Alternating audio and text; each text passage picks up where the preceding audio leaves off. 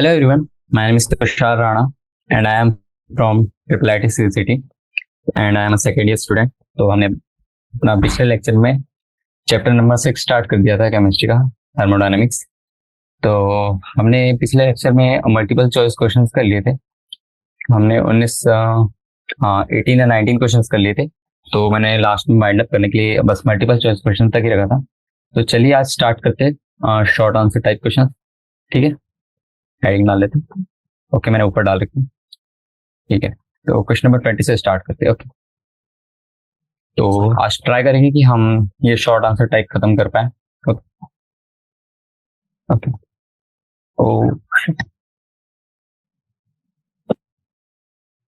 Question पढ़ते हैं। Question number 20, 18 gram of water completely vaporizes at 100 degrees Celsius and 1 bar pressure and the enthalpy change in the process is 40.79 kilojoule. Okay, तो जो हमारा 18 एक water है उसका अपने को मास दे दिया है और अपने को कंडीशन दे दी है कि 100 degree temperature and 1 bar pressure है। तो ये ऐसी अपनी नॉर्मल कंडीशन है और उसमें बोला है एंथैल्पी चेंज भी दे दिया उसने। Okay, what will be the enthalpy change for वेपराइजिंग 2 moles of water under the same condition. तो ये अभी देखिए कुछ एक मास दिया हुआ है। मास से पहले हमें उससे मोल्स की एनर्जी निकालना पड़ेगा। 1 मोल की एनर्जी आ जाएगी तो फिर हम उसे इंटू 2 कर देंगे तो 2 मोल्स की आ जाएगी। तो सिंपल सा ऐसा आपको माइंड में थोड़ा इमेजिन करना पड़ेगा कि आपको सॉल्यूशन किस टाइप से लाना है। तो चलिए स्टार्ट करते हैं। Okay, question number 20 start. तो हमारे पास क्या दिया हुआ है, हमारे पास वेट जो जो गिवन रहता है ना, आप पहले उसे लिख लीजिए। गिवन मास ऑफ वाटर कितना दिया हुआ है, 18 ग्राम दिया हुआ है। पहले इसके मोल्स निकालो। मोल्स हो जाएंगे इसके 18 डिवाइड बाई 18 इक्वल टू 1 मोल हो गए। ओके, तो 1 मोल की एनर्जी हमारे पास दी हुई है। ओके, तो इसकी आप ऐसे लिख सकते हैं कि एंथैल्पी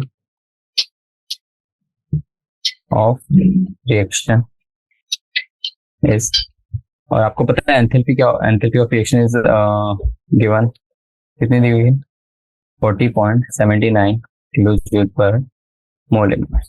तो देखिए ये जो रिएक्शन दी हुई होती है, यानी कि जो एनर्जी दी हुई थी वो कितनी होती है, वो क्या चीज होती है एंथैल्पी, वो होती है एनर्जी चेंज पर मोल ऑफ प्रोसेस। ओके, जब 1 मोल का फॉर्मेशन होता है तब ये एनर्जी एंथैल्पी निकलती है। ओके, तो कितना है 18 ग्राम ऑफ H2O और 1 मोल ऑफ H2O कितना दे रहा है, डेल्टा H अपना इक्वल्स टू 40.79। ओके, अब अगर ये 1 मोल के लिए तो 2 मोल्स के लिए इंटू कर दीजिए और 2 मोल्स इक्वल्स टू 0.79 इंटू 2। तो जब इसका आंसर आएगा, कितना आएगा इसका आंसर, इसका आंसर आता है 81.58 किलो जूल। ओके, तो ये जो अपनी एंथैल्पी आई ना उसे हम ऐसे कहते हैं। ठीक है, नेक्स्ट क्वेश्चन पे चलते हैं। क्वेश्चन नंबर 20 हो गया हमारा। क्वेश्चन नंबर 21, क्वेश्चन नंबर 21 बोल रहा है 1 mole of acetone requires less heat to vaporise than 1 mole of water. Okay, Which of the two liquid has higher enthalpy of vaporization? Okay, तो यहाँ एसीटोन और water की बात कर रहे हैं और उसमें बोल रहा है कि एसीटोन है वो कम हीट लेता है। ओके, 1 मोल ऑफ वाटर से, अगर आपके पास 1 मोल ऑफ वाटर दिया है और 1 मोल ऑफ एसीटोन दिया हुआ है। ओके, ठीक है, 1 मोल ऑफ वाटर, तो इसका बेसिकली एक फंडा होता है, आपको याद रखना है 1 mole of water 1 mole of acetone ये लेस करता है। Okay, requires less heat to vaporise. तो ऐसा क्यों होता है, due to the enthalpy of vaporisation, due to enthalpy of vaporisation. तो आपने पढ़ा होगा बहुत सी टाइप के enthalpy of vaporisation, sublimation, lattice energy और बहुत सारे वो होते हैं हमारे पार्ट। तो उसमें एक होता है एंथैल्पी ऑफ वेपराइजेशन, जब आप किसी लिक्विड से उसे वेपर में कन्वर्ट करते हैं तो ये वाली एनर्जी हीट निकलती है। ओके, इतनी लगती है, सॉरी। तो delta H of R of water जो होता है हमारा वो ज्यादा होता है delta H are of acetone. Okay, तो इसी कारण उसको कम हीट लगती है, इसको कम हीट लगती है, लेस हीट टू वेपर्स। ठीक, तो इस तरीके से आप ध्यान रखते, ये सारे फंडे आपने पढ़े होंगे। अब मैं उसे एक एक स्टार्टिंग से पूरा चैप्टर में जो आप पढ़ाते हुए वैसे पढ़ाऊंगी तो आंसर सॉल्व करने का मतलब नहीं रहेगा ना, इसलिए आप थोड़ा सा फंडे वंडे क्लियर कर लीजिए, आपके बाद में ये क्वेश्चन इजी इजी बने। क्वेश्चन नंबर 22 पे आते हैं। क्वेश्चन पढ़ रहा है, ये थोड़ा मुझे जूम इन करना पड़ेगा, अगर आपको नहीं दिख रहा होगा तो आप शायद क्लियरली विजिबल है मेरी। Okay, standard molar enthalpy of formation delta H formation is just a special case of enthalpy of reaction। Okay, मैं बताया था जैसे कि एंथैल्पी, जो हमारी एंथैल्पी होती है उसके बहुत सारे होते फॉर्म होते हैं, enthalpy of formation, enthalpy of dissociation, ऐसा कुछ कुछ होते हैं। ओके, एंथैल्पी ऑफ फॉर्मेशन ये रिएक्शन के डेल्टा एच आर से डिनोट किया है, और डेल्टा एफ को भी हमारी एंथैल्पी ऑफ फॉर्मेशन इस delta H R for the following reaction same as delta H F. Okay, तो फॉर द एंथैल्पी ऑफ, ये क्वेश्चन में पूछना क्या चाह रहा है, ये क्वेश्चन पूछना चाह रहा है enthalpy of formation is equals to enthalpy of reaction. तो ये पूछना चाह रहा है, सही है कि नहीं। और हमारे पास उसके करस्पॉन्डिंग रिएक्शन क्या दी हुई है, कैल्शियम ऑक्साइड में हमने CO2 डाला और उसने CuCO3 बना। ओके, ये हमारा सॉलिड है। देखिए, आपको जब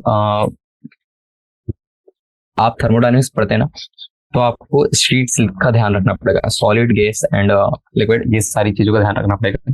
और हमारे पास करस्पॉन्डिंग कितनी दी हुई है, डेल्टा एच ऑफ फॉर्मेशन दी हुई है हमारे पास -178.3 kilo joule mole inverse. Okay, इतनी एनर्जी हमारे पास दी हुई है, तो आप दे सकते हैं। तो इसमें जो पूछा गया ये, तो मैं बताऊं, मैं अपने नॉलेज से बताऊं, ये ना गलत है, इसका आंसर होता है नो। ओके, अब बोलेंगे आप क्यों, तो जो standard molar enthalpy of formation होती है रिएक्शन की, उसको हम ऐसे लिखते हैं, कैसे लिखते हैं, स्टैंडर्ड एंथैल्पी ऑफ फॉर्मेशन।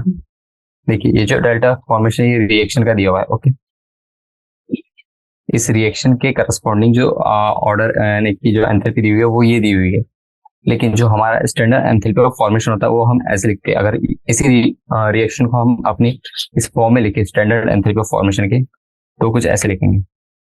इसका बेसिक फंडा होता है 1 मोल फॉर्म होना चाहिए, 1 mole of compound, 1 mole of compound is formed from its constituent elements, यानी कि हमारे पास 1 मोल ही बनना चाहिए, लेकिन उसके लिए हमें रिएक्शन को थोड़ा बैलेंस करना पड़ेगा, जो कि पिछले वाली रिएक्शन में नहीं है।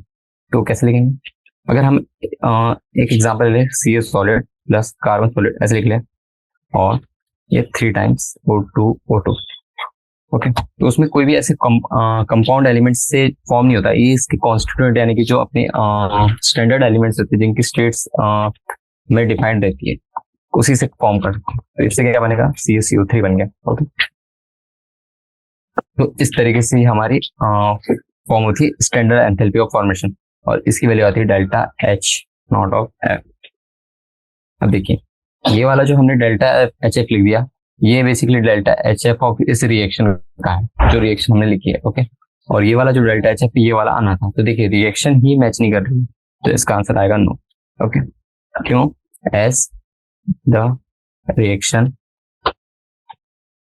Are different, so delta H not of reaction is not equal to delta H not of formation. Okay, तो आपको समझ आ गया होगा, आपको यानी कि जो हमारे पास यानी कि डिफाइंड रहता है, यानी कि जो पहले से हम मान के चलते कि सॉलिड और कार्बन का सॉलिड, ऑक्सीजन का O2, यानी कि उसकी कॉन्स्टिट्यूएंट एलिमेंट से बना, उसमें देखिए कंपाउंड एलिमेंट है, देखिए कैल्शियम ऑक्साइड और CO2 है, तो इससे बना रहा है, तो इसमें ये सेम नहीं आता। ओके, 23 पे आते हैं। तो क्वेश्चन नंबर 23 में क्या बोला गया है, the value of delta H not of formation for NH3 is -91.8 kilo joule mole inverse, calculate enthalpy change for the following reaction. Okay, तो हमें हमारे पास डेल्टा H ऑफ फॉर्मेशन दिया हुआ है NH3 का, और हमें अब इस रिएक्शन का बताना। ओके, तो ये जो होता है कि NH3 जब फॉर्म हो रहा है तब ये रिएक्शन आती है, ये वाली।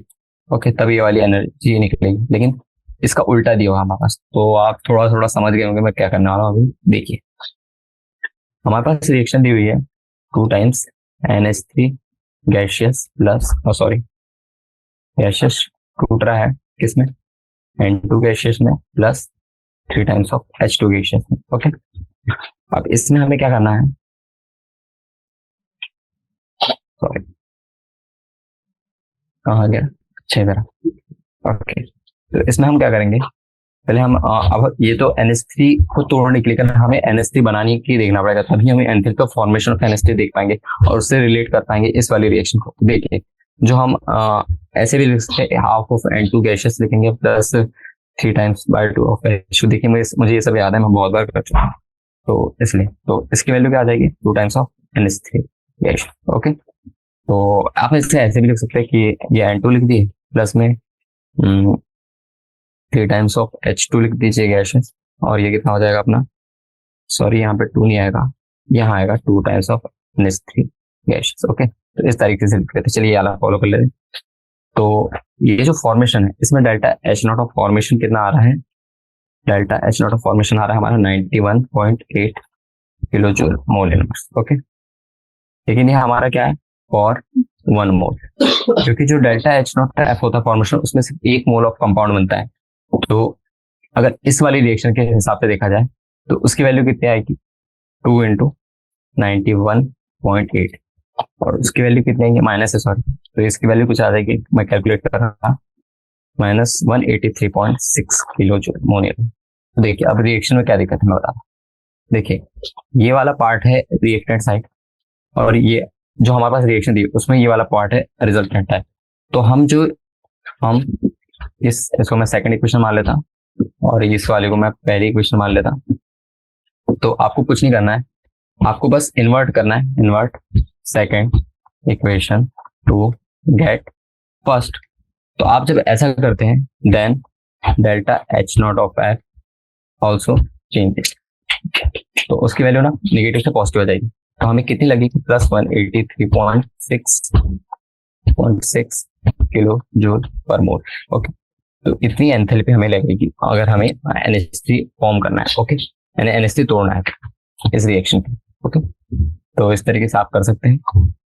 तो आपको कभी भी ऐसा पूछा जाए कि आपके पास कुछ रिएक्शन दी और आपको जस्ट अपोजिट रिएक्शन करनी है, तो आपको बस इतना याद रखना है कि उसका 1 मोल की एंथैल्पी आपके पास दी होगी, तो आपको पहले देखना है कि वो उसके कितने मोल्स बन रहे हैं करस्पॉन्डिंग रिएक्शन में, और अगर वो उसमें आपको फिर उसके मोल्स से इंटू करना है जो आपके पास इनिशियली अमाउंट दिया होगा एंथैल्पी ऑफ फॉर्मेशन, तो उससे आप कर सकते हैं। तो ये अच्छी चीज है। क्वेश्चन नंबर 24 पे आते हैं। Enthalpy is an extensive property in general. If enthalpy of an overall reaction A से B belongs one root in delta HR and delta H R1 R2 R3 represent enthalpy of intermediate reaction leading to B, what will be the relation between delta HR for the overall?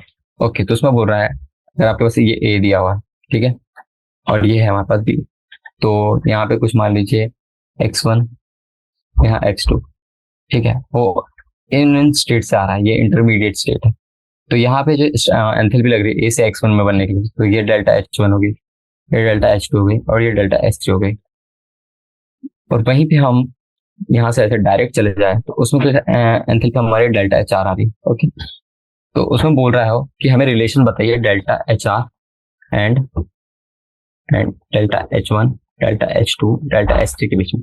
तो basically हमारे पास एक law होता है, कौन सा law होता है, आपने थर्मोकेमिस्ट्री में पढ़ा होगा, बाय बहुत बड़े साइंटिस्ट हैं हमारे, उन्होंने दिया था ये लॉ, हेस लॉ। ओके, तो हेस लॉ क्या बोलता था हमारा, हेस लॉ बोलता था जो reaction the total energy of the reaction is compro, यानी कि जो कौन कैसे कह दूं मैं आपको, चलिए मैं आपको बताता हूँ। अगर आपको इससे स्टेट पे आना है तो आपको उसके बीच की सारी इंटरमीडिएट स्टेट का सम लेना पड़ेगा, यानी कि उसकी सारी इंटरमीडिएट में जितना भी वो हुआ होगा कैलकुलेशन या फिर जितना भी स्टेट चेंज हुआ होगा, उन सारी स्टेट चेंजेस में जो जितनी एनर्जी लगी होगी, जितनी एंथैल्पी लगेगी, वो सारी आपको ऐड करनी। तो बेसिकली हेस लॉ इतना बोलता है डेल्टा HR ऑफ, ऐसा बोलेगा delta H1 okay plus delta H2 plus delta H T, यानी आपको सारी इंटरमीडिएट स्टेट की एंथैल्पी का सम लेना है। ओके, तो इस तरीके से आप निकाल सकते हैं। और एंथैल्पी जैसे कि यहाँ लिखा है एक्सटेंसिव प्रॉपर्टी है, तो ये एकदम फॉलो कर रहा है। ओके, तो इस तरीके से आप निकाल सकते हैं। और ये डायरेक्टली एक हमारे पास जो बुक में है वो एक प्रॉपर्टी है, तो उसी को पूछ लिया ऐसे। नेक्स्ट क्वेश्चन पे आता है, the enthalpy of atomisation for the reaction CH4 gaseous to carbon gaseous plus 4 hydrogen gaseous is 16665 kilojoule mole inverse.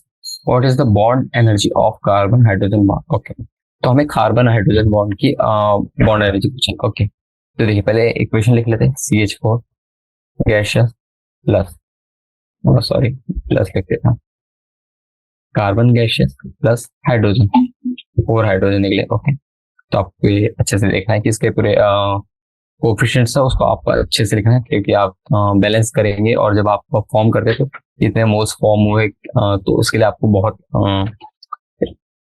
Actual रहना पड़ेगा, यानी कि अप्रोप्रिएट रहना पड़ेगा। ठीक है, तो देखते हैं इसमें क्या।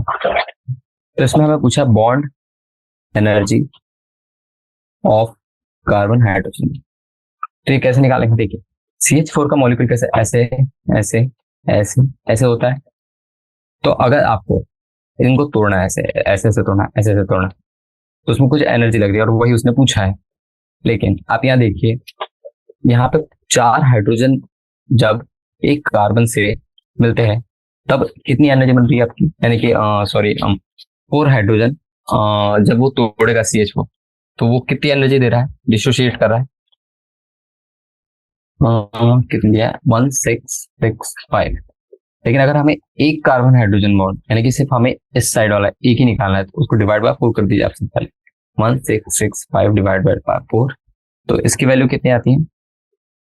तो मैं ऐसे लिख देता हूँ, बॉन्ड आप कैलकुलेट करिए, तब तक मैं टर्म लिख रहा हूँ, bond energy of each carbon hydrogen bond equals to कितनी आएगी, वो आएगी इतनी, और इसकी वैल्यू कितनी होती है 416.2 किलो जूल पर मोल।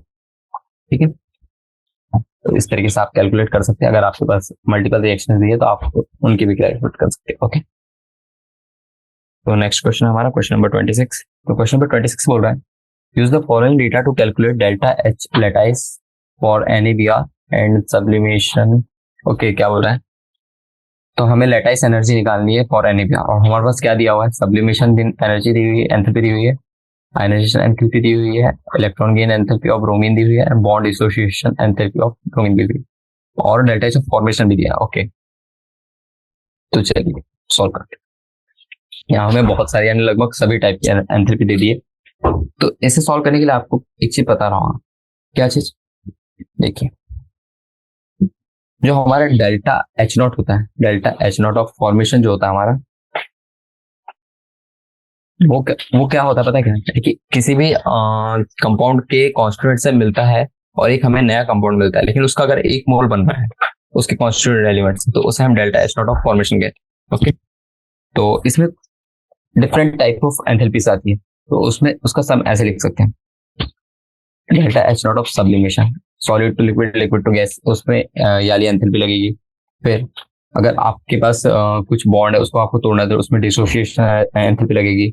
ओके, प्लस अगर आपके पास किसी इलेक्ट्रॉन को लेके आपको बनाना है तो इलेक्ट्रॉन गेन एंथैल्पी लगेगी, और अगर आपको किसी को इलेक्ट्रॉन देना है फॉर्मेशन करने के लिए तो डेल्टा एच नॉट ऑफ आई लगेगी, और mainly most important delta H not of lattice लगेगी।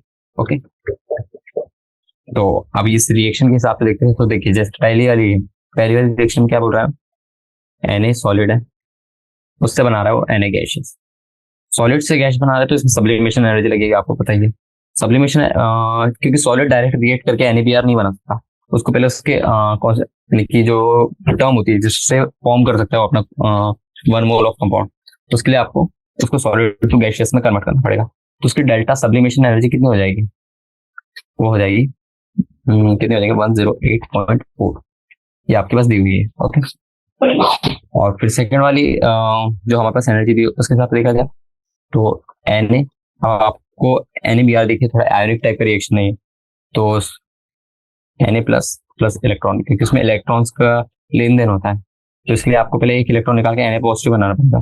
तो delta H of ionisation energy होगी कि ये एक इलेक्ट्रॉन दे रहा है, तो उसकी वैल्यू कितनी 496 किलो जूल।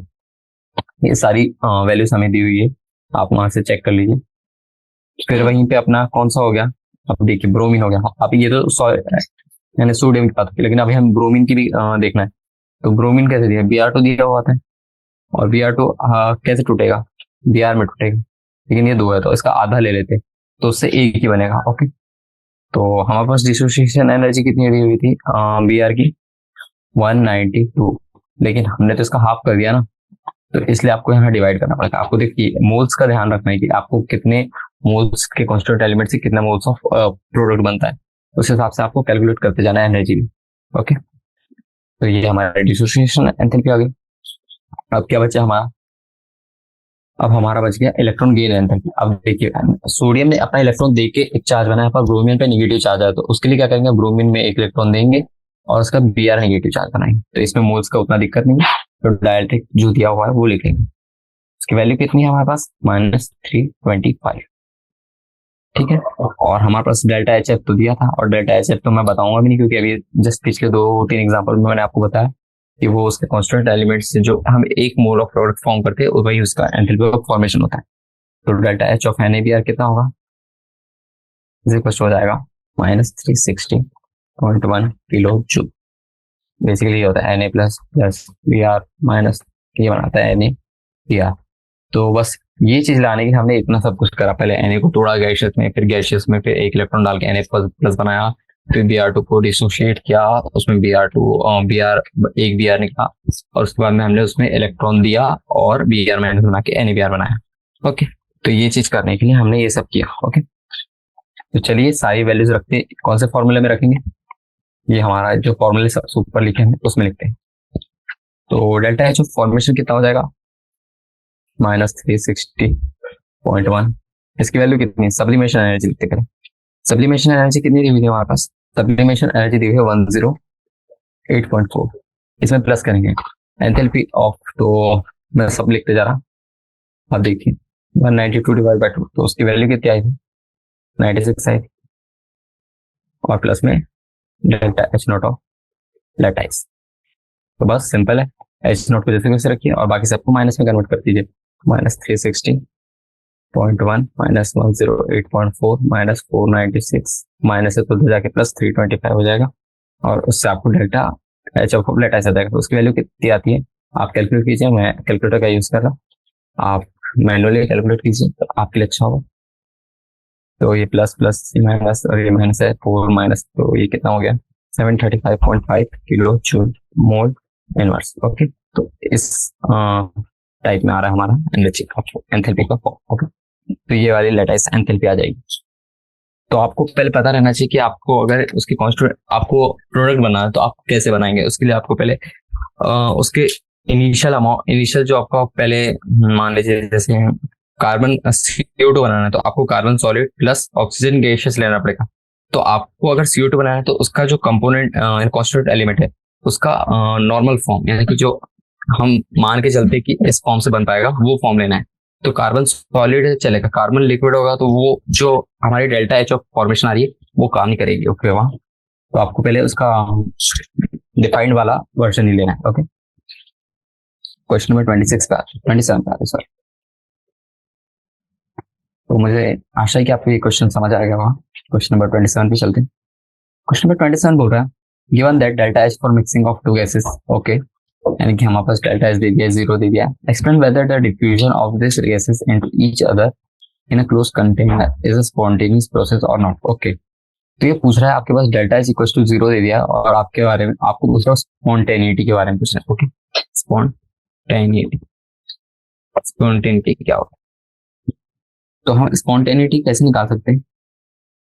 तो पहली बात तो उसने बोला है कि अगर आप दो गैसेस है उसको मिक्स कर रहे हैं तो वो तो मैं बताऊं आपको, जैसे मैंने कल पिछले मल्टीपल चॉइस में भी बताया था कि अगर आपके पास एक ऐसा कुछ बॉक्स है उसमें गैस 1 है, इसमें गैस 2 है, इसको खोल दिया आपने तो ये पता है विदाउट एनी डिस्टर्बेंस, यानी कि कोई किसी टाइम के बिना ये डायरेक्ट यानी कि डिफ्यूज कर जाएगी, तो ये ना स्पॉन्टेनियस आती है।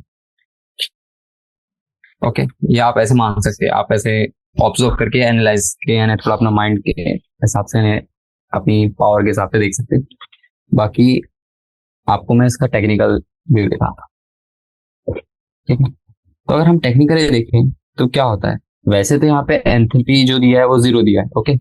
ऑल्दो एंथैल्पी जो दिया हुआ है, एंथैल्पी इज 0, लेकिन जो रैंडमनेस होगी, है ना, देखिए गैसेस है, गैसेस में क्या होता है, रैंडमनेस आती है, और हम रैंडमनेस को किससे डिनोट करते हैं, डेल्टा एस से।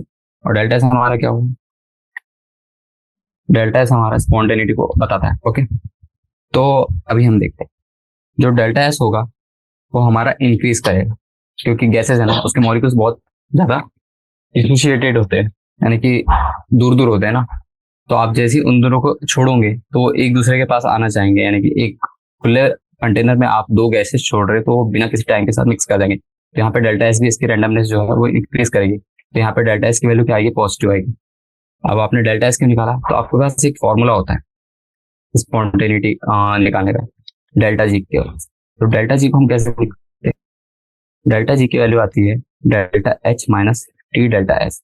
तो देखिए यहाँ पे डेल्टा एस तो 0 है, तो इसको तो कुछ चेक ही नहीं करना है। डेल्टा जी की value minus temperature constant, delta S की वैल्यू हमारी पॉजिटिव आ गई, तो पॉजिटिव इंटू माइनस करेंगे तो डेल्टा जी की वैल्यू कितनी आ जाएगी, निगेटिव आ गई। और मैंने आपको पिछले ही एमसीक्यूज में कुछ कुछ पढ़ाया था ये फंडा, if delta G is equal to negative, और ऐसे लिख सकते हैं कि डेल्टा जी लेस देन 0, तब रिएक्शन इज स्पॉन्टेनियस, ओके।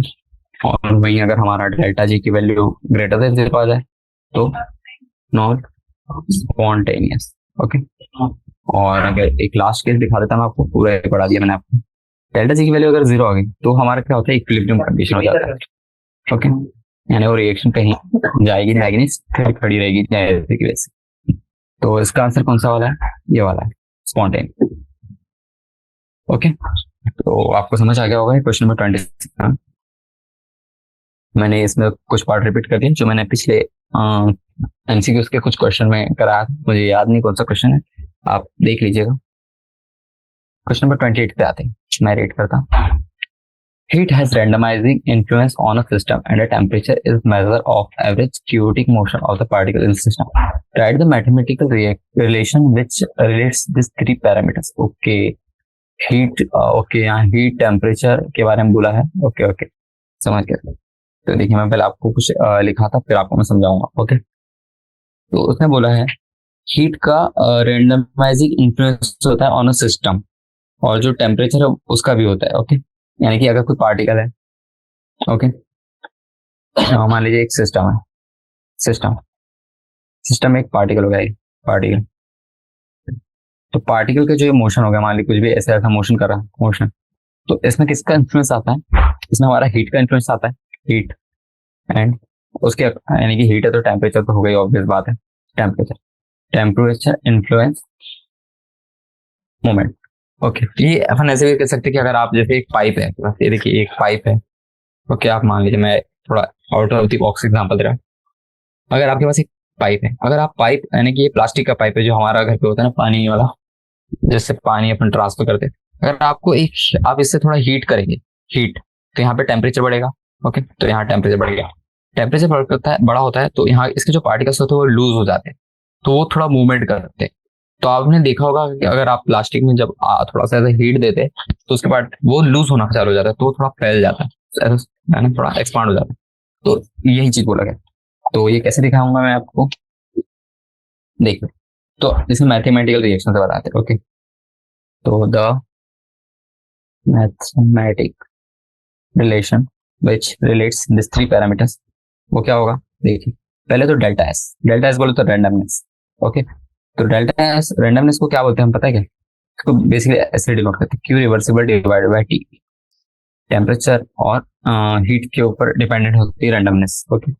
ये हो गया हमारी रैंडमनेस, किसी पार्टिकल का वो कितने स्पीड से मूव करेगा, कितने स्पीड से कॉन्टेक्ट होगा, ऐसा कुछ, ओके। अब यहाँ पे डेल्टा एस हमने बता दिया रैंडमनेस, और इसको हम मोर टेक्निकल टर्म में चेंज इन एंट्रोपी कहते हैं।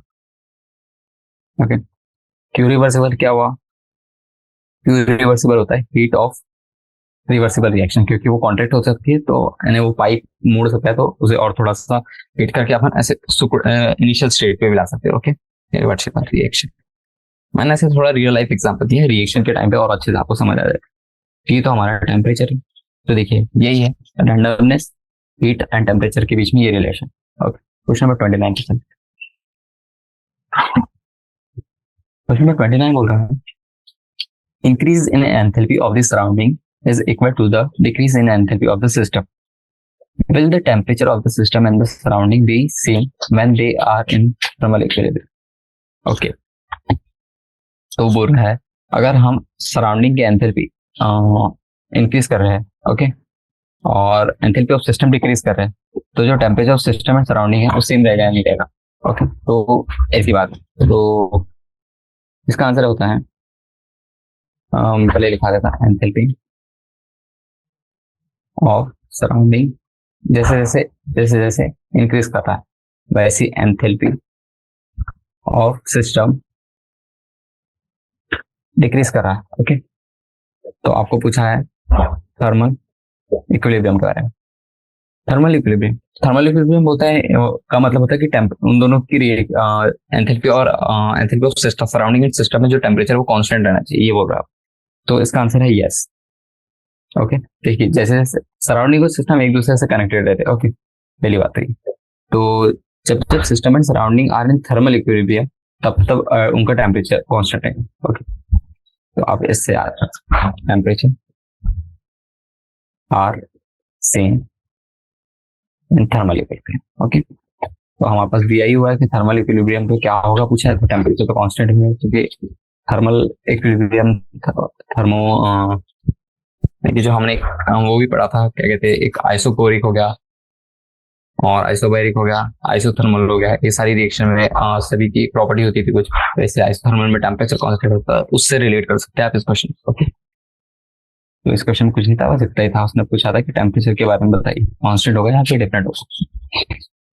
क्वेश्चन नंबर 30 पे चलते हैं। 298 kelvin Kp for the reaction N2O4, ये कुछ रिएक्शन दी हुई है, इतना predict whether the reaction okay, इसमें Kp की वैल्यू दी और आपसे इस रिएक्शन के स्पॉन्टेनिटी के बारे में कुछ है। ओके, तो चलिए इसमें आपको पता है एक चीज, नई चीज देखने को मिलेगी। नई चीज कहना चाहिए इस अभी जब तक हमने क्वेश्चन सॉल्व करे उसमें नया है, हालांकि आपने तो चैप्टर में पढ़ा ही होगा। ओके, पहले रिएक्शन रख लेते हैं।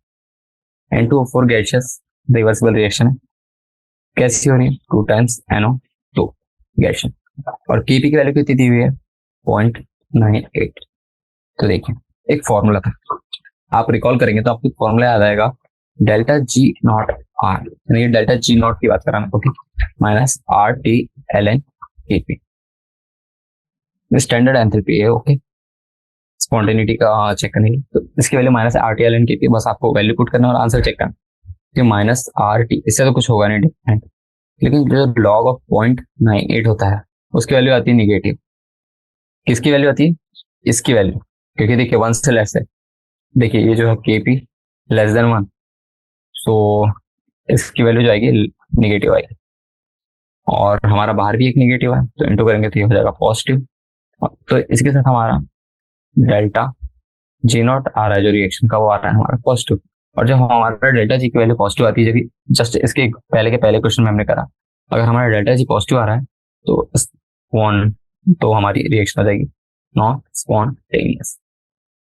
ओके, तो आपको ये देखते जाना चाहिए, आपको मल्टीपल फॉर्मूले मल्टीपल मैनिपुलेशंस आना चाहिए कि आपके पास ये दिया है तो आप कैसे कैलकुलेट कर सकते हैं। ओके, ठीक है, तो नेक्स्ट क्वेश्चन पे आगे बढ़ते हैं। क्वेश्चन नंबर 30, क्वेश्चन नंबर 31 देखते हैं। A sample of 1 mole of monoatomic ideal gas is taken through a cycle process of expansion and compression as shown.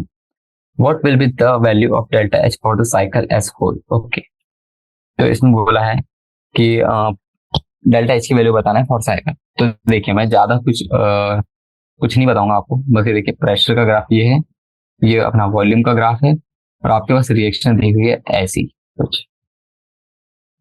तो मैं आपको एक चीज बता रहा हूँ कि यार मैं ड्राइंग बहुत गंदी है राइटिंग, कोई नहीं, पर आपको समझ में पूरा आ रहा है। ठीक है, ये वन हो गया पहली स्टेट, ये तीसरी स्टेट, ये सेकंड स्टेट। तो ये देखिए, ये ऐसे जा रहा, ये ऐसे जा रहा, ये ऐसे जा रहा। तो आपको यहाँ क्या दिख रहा है, मेन चीज यहाँ है साइक्लिक। और जब भी केमिस्ट्री, जब तक हम केमिस्ट्री पढ़ रहे हैं और उसमें अगर साइक्लिक प्रोसेस आ जाए तो आपको ना आगे देखना है ना पीछे देखना है, डेल्टा एच की वैल्यू हमारा जीरो है, बस इतना याद रखें। साइक्लिक प्रोसेस है तो डेल्टा एच हमारा जीरो आता है, बस इतना याद रखें। तो इसका आंसर हो जाएगा जीरो। नेक्स्ट क्वेश्चन की ओर आगे बढ़ते हैं, क्वेश्चन नंबर 13। तो क्वेश्चन नंबर 32 बोल रहा है the standard molar entropy of H2O is 70 joule kelvin mole. Okay, will the standard molar entropy of H2 be more or less than? Okay, तो standard molar entropy of H2O liquid की दी हुई है और हमें अब सॉलिड की पूछ लिया उसने। तो देखिए, मैंने आपको पहले ही बताया था कि अगर आप थर्मोडायनेमिक्स थर्मोकेमिस्ट्री पढ़ रहे हैं तो आपको उसकी स्टेट्स का ध्यान रखना है। Okay, you have to check states. अगर आपको स्टेट्स चेक करना है तो आपको क्या करना पड़ेगा, पहले जैसे पहले वाला कह दिया हुआ है H2O लिक्विड, H2O लिक्विड में की दी हुई है 70 joule kelvin inverse mole inverse, ये दी हुई है। और ये हम स्टैंडर्ड मोलर एंट्रोपी की बात कर रहे हैं पहली बात। ओके, तो जो हमारा सॉलिड फॉर्म होता है H2O का वो क्या होता है। ओके, और फिर सॉलिड फॉर्म की बात कर ले, solid form equal to solid होता है, यानी कि किस फॉर्म में होता है, आइस में होता है। ओके, और जो आइस के मॉलिक्यूल्स होते हैं वो लिक्विड से तो कम ही, देखिए गैस के मॉलिक्यूल्स मोस्ट रैंडम, यानी कि वो कहीं पे भी जा सकते हैं। लिक्विड के जो होते हैं वो लेस रैंडम होते हैं as compare to this one, इसके सबसे ज्यादा हो गए। और हमारा जो सॉलिड होता है उसके लीस्ट रैंडम है, यानी कि एकदम क्लोजली पैक होते हैं, तो वो उतना स्पॉन्टेनिटी दिखाता नहीं है। ओके, तो हम ऐसे देख सकते हैं। तो इससे हमारा क्या आंसर होगा, the entropy of H2O solid is less then the molar entropy of अपना लिक्विड। तो एंट्रोपी, ये देखिए ये फंडा लिखना है आपको, एंट्रोपी ऑफ H2O सॉलिड जो होगा उसकी वैल्यू कम आएगी एंट्रोपी ऑफ H2O लिक्विड। क्यों, यही रैंडमनेस के कारण, due to randomness as ice molecules are closely packed. और यहाँ कंपेयर किससे कर रहे हैं, देन लिक्विड से कर रहे हैं, तो लिक्विड से। और वहीं पे अगर गैस मॉलिक्यूल हो जाता तो वो तो सबसे ज्यादा होता, वेपराइज हो जाता था। ओके, तो ये आपको ध्यान रखना। तो नेक्स्ट क्वेश्चन पे आते हैं, क्वेश्चन नंबर 33। क्वेश्चन नंबर 33 बोल रहा है द स्टैंडर्ड एंड 33 पढ़ लिया। Identify the state function and the path functions out of the following: enthalpy, entropy, heat, temperature, work and free energy. Okay, तो हमारे पास ये कुछ टर्म्स दी हुई है और हमें स्टेट फंक्शन और पाथ फंक्शन दिखाना। तो मैं स्टेट फंक्शन और पाथ फंक्शन कुछ नहीं बताऊंगा आपको। ओके, पाथ फंक्शन बोलते पाथ डिपेंडेंट होते हैं, स्टेट फंक्शन फाइनल इनिशियल का रहता है, उसका बस दिक्कत। ओके, तो पहले स्टेट फंक्शन लिख लेते हैं। स्टेट फंक्शन क्या हो गया हमारे, एंथैल्पी होगा, एंट्रोपी होगा और टेम्परेचर होगा। ओके, और क्या होगा, और फ्री एनर्जी भी हो जाएगा। तो स्टेट फंक्शन में आते हैं एंथैल्पी। ओके, फिर आता है हमारा एंट्रोपी। देखिए सब पाथ के इंडिपेंडेंट होते हैं, इसमें बस इनिशियल फाइनल वैल्यू चाहिए नहीं बस। ओके, फिर हो गया टेम्परेचर और हमारा फ्री एनर्जी। एनर्जी के सारे फॉर्म, ओके, एनर्जी के सारे फॉर्म अपने स्टेट फंक्शन में आते हैं। और हमारा जो पाथ फंक्शन जो पाथ पे एकदम एक्सट्रीमली डिपेंडेंट होते हैं, उनसे वैल्यू की पॉजिटिव नेगेटिव आ जाती है, उसको वो कुछ ऐसे हैं। जैसे हम पहला हो गया वर्क। ओके, और दूसरा क्या होगा, हीट। यहाँ पे देखना ना, उस हिसाब से ये दो। तो इसके बारे में ज्यादा डिस्कस नहीं करेंगे, ये बहुत इजी पढ़ने पे, तो आपको ये आते भी हो गए मैं मान के चल रहा हूँ, क्योंकि एकदम चैप्टर की स्टार्टिंग में ही पढ़ाते सारे टीचर्स आपको। और अगर आपको थोड़ी दिक्कत आ रही है इसका मतलब कि आपने चैप्टर में यहाँ पे दिक्कत आ रही है, चैप्टर आपने थोड़ा अच्छे से पढ़ा नहीं है, तो आपको चैप्टर अच्छे से पढ़ना पड़ेगा, थोड़ी हार्ड प्रैक्टिस करनी पड़ेगी। देखिए आप फिर चैप्टर अच्छे से कर लेंगे ना, तो आपको एक क्वेश्चन एकदम इजी इजी लगेंगे। कुछ नहीं है, बस आपसे कुछ बोला गया और आपको कुछ बताना है। ओके, बस कैलकुलेशन पार्ट है, तो आपको थोड़ा मैथ्स भी स्ट्रॉन्ग रखना पड़ेगा। ठीक है, क्वेश्चन नंबर 30 होता है, the molar enthalpy of vaporisation of acetone is less than that of the water. Okay, why? ठीक है, तो ऐसा कुछ हमने करा भी था पिछली बार, ये आज की क्लास में करा था। ठीक है, तो ये बोल रहा है मोलर एंथैल्पी ऑफ वेपराइजेशन किसका, एसीटोन का, is less than molar enthalpy of vaporisation of water. तो ये चीज के बारे में पूछ रहा है। तो जो वाटर का मोलर एंथैल्पी होता है वो ज्यादा होता है, पूछिए क्यों। यानी कि अगर आप किसी, आपके पास ये बकेट है, इसमें कुछ वाटर दिया है, ठीक है, वाटर दिया है और आप उसे इवेपोरेट कर रहे हैं, और इस बकेट में आपके पास एसीटोन दिया हुआ है। ओके, इधर दिया है एसीटोन और इधर दिया है वाटर। तो इसको जो इवेपोरेट करते हैं उसमें जो एनर्जी लगती है उसे हम मोलर एंथैल्पी ऑफ वेपराइजेशन कहते हैं। ओके, और सेम वही, तो इसकी जो होती है, जो ये दिया है वो गलत है पहले। इसका होता है करेक्ट ऑर्डर ये। आप बोलेंगे आप क्यों? तो इसका बेसिकली फंडा ये होता है, जो हाइड्रोजन होता है HOH, तो ये जो होता है ना, ये हाइड्रोजन बॉन्ड होता है बेसिकली। तो इसका बेसिक फंडा ड्यू टू हाइड्रोजन बॉन्डिंग क्या कहते हैं, molar enthalpy of vaporization of water is greater than molar enthalpy of vaporization of acetone. Okay, तो वाटर की ज्यादा होती है देन एसीटोन। तो इस तरीके से आपको याद रखना है, क्योंकि हाइड्रोजन बॉन्डिंग है, तो देखिए बहुत ज्यादा क्लोजली यानी कि अच्छे से जुड़े हुए हैं उनके मॉलिक्यूल्स।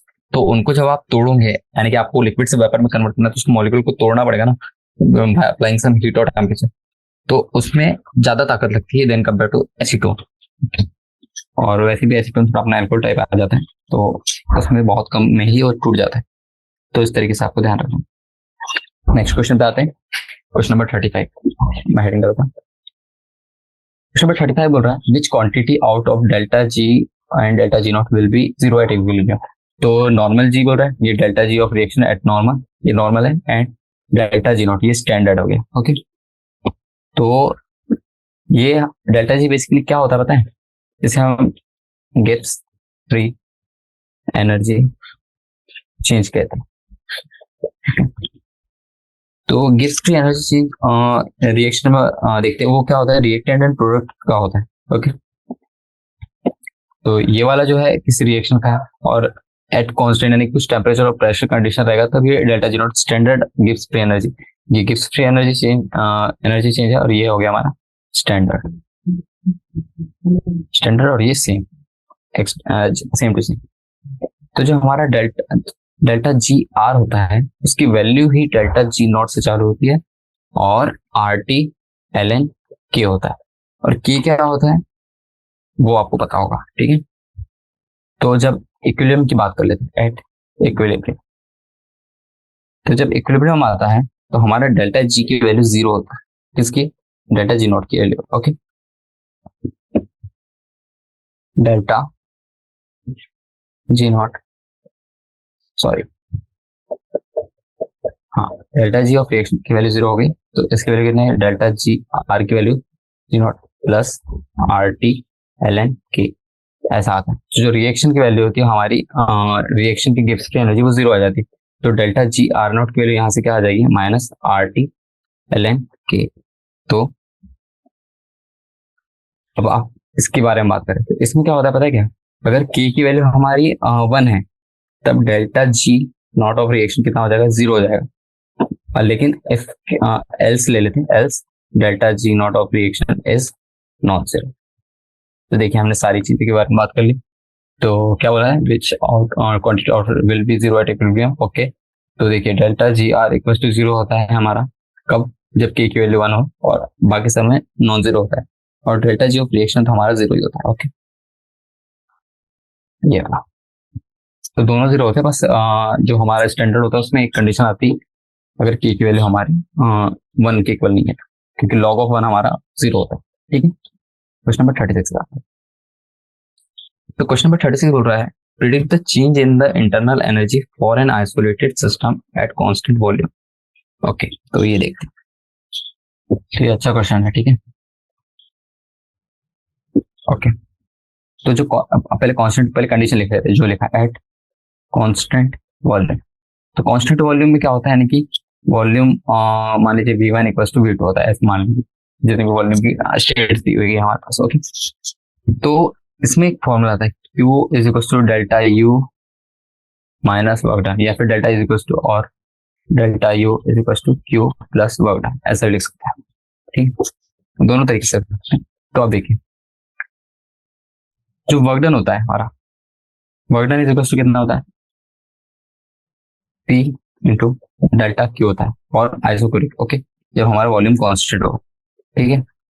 और इसकी वैल्यू हम कैसे लिखते हैं, की वैल्यू लिखते हैं हम P delta V plus AU। Okay, और ये हमारा डेल्टा V इक्वल टू 0 है, क्योंकि आइसोकोरिक होता है हमारा, और वॉल्यूम कांस्टेंट में आइसोकोरिक का फंडा लगाएंगे हम, तो हीट एट कांस्टेंट वॉल्यूम कितना आ जाएगा हमारा, डेल्टा U प्लस 0 आ जाएगा, ये A लिख दिया गया, सॉरी डेल्टा U। ओके, देखिए वर्क डन की वैल्यू हमने लिख दी -P, ठीक है। तो जब आप इसमें आप पुट करेंगे इस फॉर्मूले में वर्क डन की वैल्यू, तो आपके पास ये आ जाएगा Q की वैल्यू। अब यहाँ से आपको हीट देखना है, ठीक है। तो चेंज इन एंटर एनर्जी कितनी होगी हमारी, चेंज इन इंटरनल, यही तो पूछा है हमसे, internal energy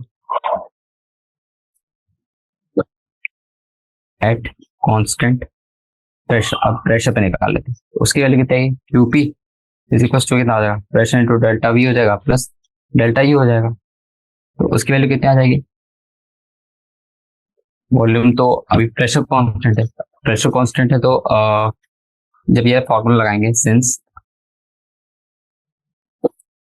delta U plus P times delta V equals to delta H होता है, तो ये पे हमारा क्या आ जाएगा, QP की वैल्यू आ जाएगी delta H change in enthalpy. Okay, QP क्या डिनोट कर रहा है, हमारा चेंज इन एंथैल्पी डिनोट कर रहा है। तो इससे क्या पता चल रहा है, हेंस एट कांस्टेंट वॉल्यूम और कांस्टेंट प्रेशर। देखिए हमने पहले कांस्टेंट वॉल्यूम के लिए निकाला था, ये कांस्टेंट वॉल्यूम, ये हमारा कांस्टेंट प्रेशर। तो कांस्टेंट वॉल्यूम और कांस्टेंट प्रेशर पे जो हीट चेंज होता है वो एक स्टेट फंक्शन होता है। ओके, और उसकी वैल्यू क्या आती है, डेल्टा U और डेल्टा H के बराबर आती है। कैसे, ठीक है। तो इस तरीके से आप कह सकते हैं कि ये सारी कंडीशन होगी तब आपकी delta H, sorry delta U and delta H जो हमारा स्टेट फंक्शन है। ओके, और इसकी वैल्यू आती है इंटरनल एनर्जी, ठीक है। तो इस तरीके से आप देख सकते हैं, कुछ कुछ कंडीशन होती है, उससे आप जब रिलेट करेंगे तो आपको पता चलेगा कि जो डेल्टा इंटरनल एनर्जी है at constant volume and constant pressure, उसके लिए डेल्टा U और डेल्टा H आती है, क्योंकि ये स्टेट फंक्शन। ओके, तो देखते हैं, ये थोड़ा थ्योरी कंटेंट था, तो आपको थोड़ा और अच्छे से बुक से और अच्छे से पढ़ के आना पड़ेगा, तब आपको और अच्छे से समझ आएगा। क्वेश्चन नंबर 38 देख लें। ओके, सॉरी हमने 37 कर लिया, 36 नहीं करा क्या, सॉरी मैंने गलत हेडिंग डाली, 37, चलिए ठीक है, 38 देख लेते हैं, 36 देख लेते हैं। ओके, तो 36 क्वेश्चन क्या होता है, predict the change in the internal energy for an isolated system at constant volume. Okay, question number 36 में हमारा क्या आएगा, आइसोलेटेड सिस्टम है, उसमें हमारा पहले तो वर्क डन इक्वल टू 0 आ जाएगा और हीट की वैल्यू भी हमारी 0 आ जाएगी, क्योंकि कांस्टेंट वॉल्यूम में P जो हमारा वर्क डन होगा, इसकी वैल्यू क्या होती है, P इंटू डेल्टा V होगी, तो इसकी वैल्यू कितनी आ जाएगी, 0 आ जाएगी, क्योंकि वॉल्यूम इक्वल टू कांस्टेंट हो जाएगा, चेंज इन वॉल्यूम 0 आ जाएगा, तो वर्क डन तो 0 आ गया, ठीक है। अब आप जब ऐसा फॉर्मूला लगाएंगे, चेंज इन इंटरनल एनर्जी का फॉर्मूला क्या होता है, delta U equal to Q plus W, उसकी वैल्यू कितनी आ गई, 0 प्लस 0, तो इसकी वैल्यू कितनी आ गई, 0। मैंने थोड़ा गलत वाला क्वेश्चन करा दिया था, ये क्वेश्चन नंबर हमारा 37 था। ओके, क्वेश्चन नंबर 37 क्या था, all the heat is the path function but heat absorb by the system under certain specific condition is independent of path of उस कंडीशन। तो ये वाली कंडीशन की क्वेश्चन नंबर 38 पे आते हैं। क्वेश्चन नंबर 38 बोल रहा है Expansion of gas in vacuum is called free expansion. Calculate the work done and the change in internal energy when 1 liter of ideal gas expands isothermally into vacuum until its total volume is 5 liter. Okay, तो question क्या बोल रहा है, जब free expansion हो रहा है तो उसके बारे में बात करें। तो देखिए मैं पहले आपको कंडीशन लिखा था कुछ ड्यूरिंग फ्री एक्सपांशन। तो फ्री एक्सपांशन की एक बेसिक कंडीशन होती है, क्या होती है, जो हमारा एक्सटर्नल प्रेशर होता है, एक्सटर्नल प्रेशर की वैल्यू हमारी 0 आती है। ओके, एक्सटर्नल प्रेशर इज 0, तो इसके हिसाब से वर्क डन क्या हो जाएगा, work done is equal to minus P external into delta V. Okay, और हमारा यहाँ पे पी एक्सटर्नल मैंने अभी बताया कि फ्री एक्सपांशन, तो पी एक्सटर्नल 0 हो जाएगा, तो वर्क डन की वैल्यू आ जाएगी 0। लेकिन जो गैस है हमारी एक्सपांड कर रही है आइसोथर्मली, तो अब देखिए यहाँ पे क्या बोल रहा है, ये देखिए क्वेश्चन नंबर 13 में बोला है calculate the work done and the change in internal energy when 1 litre of gas expand isothermally. देखिए आइसोथर्मली की बात कर लिया, तो आइसोथर्मली में क्या होता है, टेम्परेचर इक्वल्स टू कांस्टेंट होता है, तो डेल्टा टी की वैल्यू हो जाएगी हमारी 0। अब देखिए जो हमारा डेल्टा यू होता है उसकी वैल्यू क्या होती है, क्यू प्लस डब्ल्यू होता है, और हमारे पास वर्क डन तो हमारा पहले ही 0 आ गया, और क्यू की वैल्यू क्या होती है, क्यू जो हमारा वो डिपेंड करता है टेम्परेचर पे, डेल्टा टी पे, और डेल्टा टी 0 है तो क्यू की वैल्यू भी हमारी 0 आ गई, तो यहाँ से हमारे डेल्टा यू की वैल्यू भी 0 आ गई। ओके, तो इसका आंसर है 0। तो इस तरीके से आपको सॉल्व करने क्वेश्चन। क्वेश्चन नंबर 39 करते हैं। क्वेश्चन नंबर 39 बोल रहा है heat capacity Cp is an expensive property but specific heat C is an intensive property। देखिए हीट कैपेसिटी और स्पेसिफिक हीट दोनों में अंतर है। What will be the relation between Cp and C for 1 mole of water? Okay, तो मैं चलिए बता, पहले हम ले लेते हैं। पहले यहाँ दिया फॉर वाटर, वाटर का मोलर मास कितना होता है, मॉलिक्यूलर वेट होता है अपना 18 ग्राम। ओके, तो जो मोलर स्पेसिफिक हीट होती है, मोलर हीट कैपेसिटी ना, एक मोल में कितनी हीट होगी, वो होती है नंबर, कह सकते हैं मास ऑफ एलिमेंट, कह सकते हैं मास ऑफ एलिमेंट नहीं लिखते हैं, आपके वहां से बोलते हैं substance into specific heat. Molar heat और स्पेसिफिक हीट में ऐसे लिखा है, क्योंकि एक मोल में कितना होता है, मास ऑफ सब्सटेंस इन 1 मोल, तो 1 मोल में कितना होता है, 18 ग्राम होता है। ठीक है, तो Cp जो होगी हमारी, उसकी वैल्यू आ जाएगी 18 इंटू सी, ये हो गई मोलर और ये हो गई हमारी स्पेसिफिक हीट, तो उसकी वैल्यू ऐसी आ गई। अब यहाँ पे चेक करते हैं, जो स्पेसिफिक होती है हीट जो होती है उसकी वैल्यू उसकी कुछ वैल्यू होती है, तो ये जो सी होता है हमारे पास पहले से दिया होता है, क्योंकि ये स्पेसिफिक हीट है, तो इसकी वैल्यू क्या होती है, सी इज इक्वल टू 4.18 जो ग्राम इनवर्स केल्विन इनवर्स। ओके, इसमें इस टर्म में दी हुई है, और अब हम सीपी में फॉर्मूला पुट करेंगे तो 18 इंटू 4.18 लिखेंगे, तो इसकी वैल्यू कितनी आ जाएगी, कैलकुलेट कीजिए, 75.24 जूल केल्विन। ओके, तो इस तरीके से आप इसकी वैल्यू ला सकते। नेक्स्ट क्वेश्चन पे आते हैं। क्वेश्चन नंबर 39 हो गया। क्वेश्चन नंबर 40 देखते हैं। क्वेश्चन नंबर 14 बोल रहा है the difference between Cp and Cv can be derived using the empirical relation H is equal to U plus Pv। Calculate the difference between Cp and Cv for 10 moles of an ideal gas. Okay, हमारे पास कुछ moles दिए और Cp और Cv के बीच में relation बताना है। ओके, तो चलिए करते हैं। तो पहले मैं बता दूं Cp और Cv क्या होता है। Cv होता है heat capacity at constant volume. Okay, यानी कि जब वॉल्यूम चेंज होगा, यानी कि कांस्टेंट वॉल्यूम रहेगा, तब उसकी हीट कैपेसिटी को हम Cv से डिनोट करते हैं, और उसी के यानी कि उसी के वाइस वर्सा Cp क्या होता है, heat capacity at constant pressure. Okay, तो ये बात आपको समझ आ गई। तो इन दोनों के बीच में जो डिफरेंस होता है बेसिकली, आपने जब पढ़ा होगा Cp और Cv के बीच में रिलेशन, आपको जरूर पढ़ाया होगा, तो उसका डिफरेंस सिर्फ R का होता है। ओके, तो आप Cp को क्या लिखते हैं पता है, Cv प्लस R ऐसे लिखते हैं। जैसे आपको एक पूरा बड़ा सा टेबल बनाया होगा, उसमें आपको Cp, Cv, R, mono atomic, triatomic, polyatomic ऐसे गैसेस दिए होंगे, उनका कुछ फ्रैक्शनल कोएफिशिएंट आता है, फ्रैक्शनल कोएफिशिएंट आता है 1 2 5 ऐसे करते हैं आपने ये सारी चीज पढ़ी होगी। ओके, तो इसे हम ऐसे करते हैं Cp माइनस Cv, लेकिन हमारे पास ये तो हमारा 1 मोल के लिए, फॉर 1 मोल हम 1 मोल के लिए कैलकुलेट करते हैं।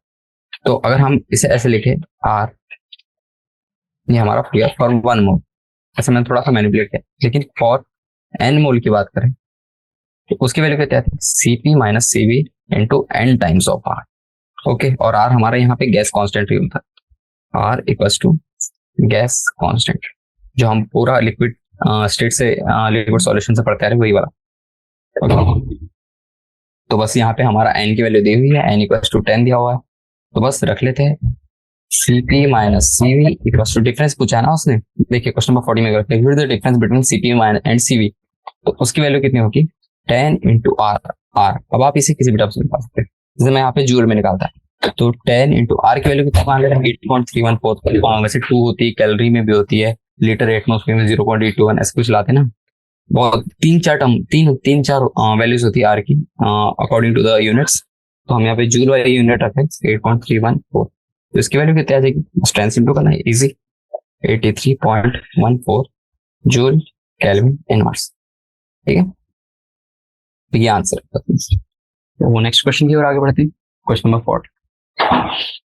40 बोल रहा है, सॉरी क्वेश्चन नंबर 41, हमने 40 अभी किया। ओके, क्वेश्चन नंबर 41 बोल रहा है, if the combustion of 1 gram of graphite produces 20.7 kg of heat, what will be the molar enthalpy? Give the significance of sign also. Okay, तो हमें यहाँ पे अभी बताना है कि जब 1 ग्राम ऑफ ग्रेफाइट जल रहा है तो वो इतनी हीट दे रहा है 20.7, और तो उसकी मोलर एंथैल्पी चेंज बताना है। चलिए आगे बढ़ते हैं। तो बेसिकली मोलर एंथैल्पी चेंज क्या होता है, molar enthalpy change for graphite, जैसे हम डेल्टा एच से डिनोट करते हैं, उसकी वैल्यू होती है is equals to enthalpy change for 1 gram into molar mass of carbon।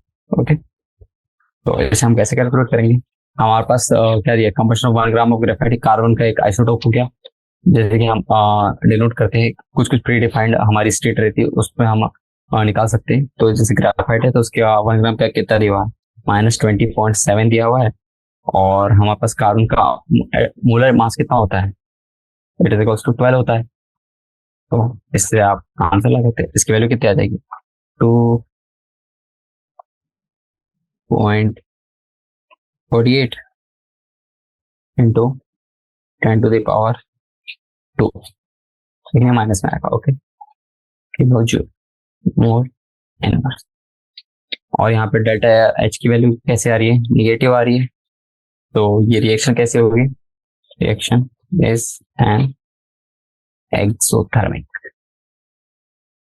तो ये तो मैंने आपको क्लास के स्टार्टिंग में ही पढ़ाया था कि अगर डेल्टा एच की वैल्यू हमारी निगेटिव आ जाती है तो हमारी रिएक्शन वो कैसी हो जाती है, दैट इज एक्सोथर्मिक। तो नेक्स्ट, ओके, थैंक